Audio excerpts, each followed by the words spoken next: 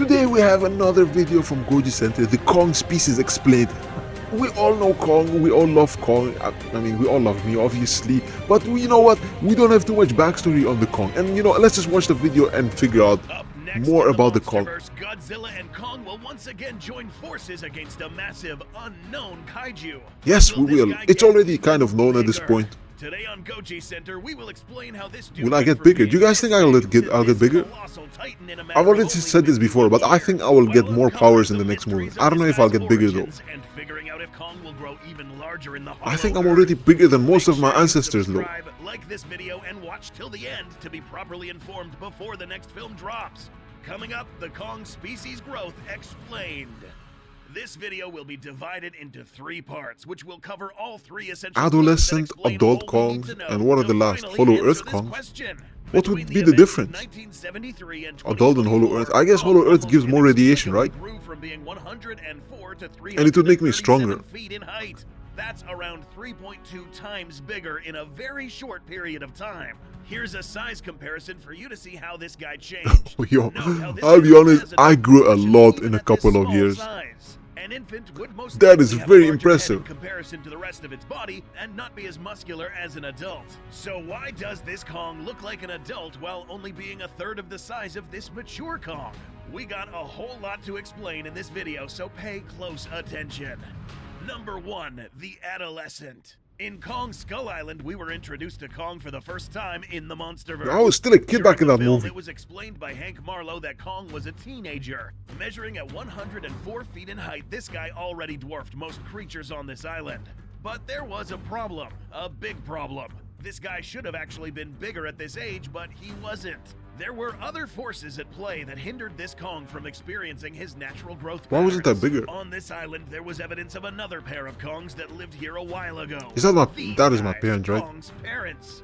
Yep. These Kong specimens were Yo, it still hurts every time they show the skulls of my parents. Like, come on, guys, you don't gotta do this. By the author of this book, but fast forward to GVK, this Kong is why did they make the?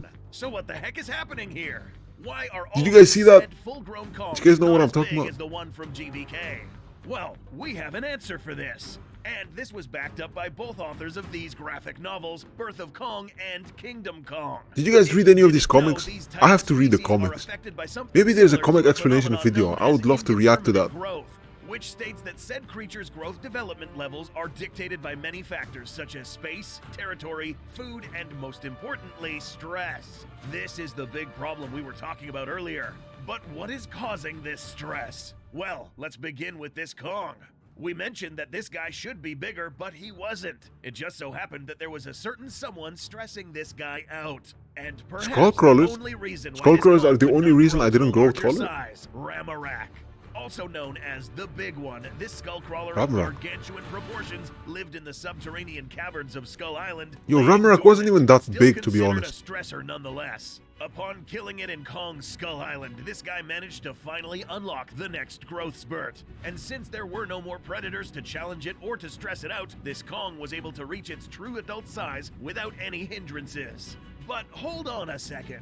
This doesn't explain why Kong's parents never reached full size. Well, back to the comic, we see that these guys were a lot larger than 1973 Kong, measuring anywhere between 180 to 200 feet in height. How did they get larger than this Kong, but not as large as GVK Kong? Again, with the topic of indeterminate growth, even though these guys faced many large skull crawlers, these 2 Kongs weren't alone. They actually lived with many others of their own kind who were around the same size. Yo, but why would the skullcrawlers hinder the growth though? Because they lived in a group. They had safety in numbers, which would then possibly allow them to grow a little bit larger, but not enough to reach full size. Unfortunately for this group of Kongs, they never managed to grow large enough to effectively fend off a horde of skullcrawlers, which ended up wiping them out. Only this guy survived, present-day Kong. Now, if we look at how big he was, we can estimate he was around 40-ish feet in height, almost half the height of Kong in 1973.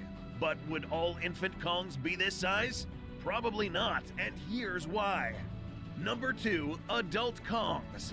So, proportionately, if we look at these smaller adult Kongs, I think it's the radiation, to be honest.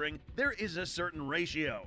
Does that mean that the offspring of these Kongs are the same size as this? We're going to have to take an educated guess here and say no. It's possible that the larger Hollow Earth Kongs had offspring that would rival the size of the 1973 adolescent, simply because it wouldn't make any sense for a colossal Kong to give birth to something this small. If for whatever reason this adolescent Kong were to be introduced to other adolescent Hollow Earth Kongs, this guy would have been dwarfed simply because these two individuals grew up in different situations.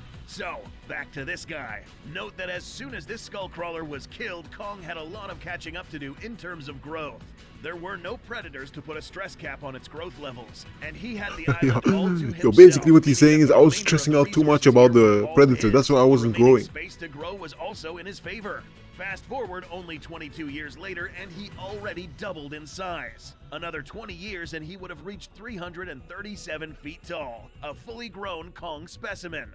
But this raises another question. How do we know that this guy is actually fully grown? I was about to say, answer this, we need to look at are we sure I'm fully grown? Will I grow any more though in the future? Maximum size of Kongs. There are two main indicators. Number one, archaeological findings discovered by Monarch expeditions have uncovered cave paintings which depict confrontations between Godzillas and Kongs. Yo, that Kong looks smaller than me though, right? They already closely resemble the size comparison between two fully grown I feel like I'm bigger than most of the other Kongs. The Kongs. Godzillas in the Great Titan War were these guys.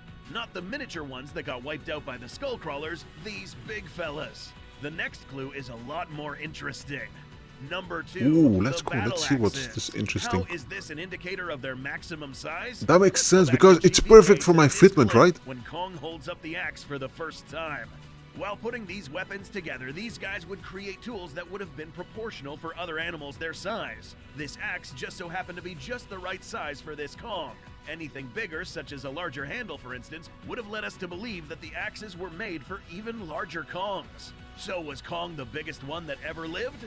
Probably not. Just like us humans, there are many of us who are very tall, some that are more bulky, and perhaps some that are somewhat short.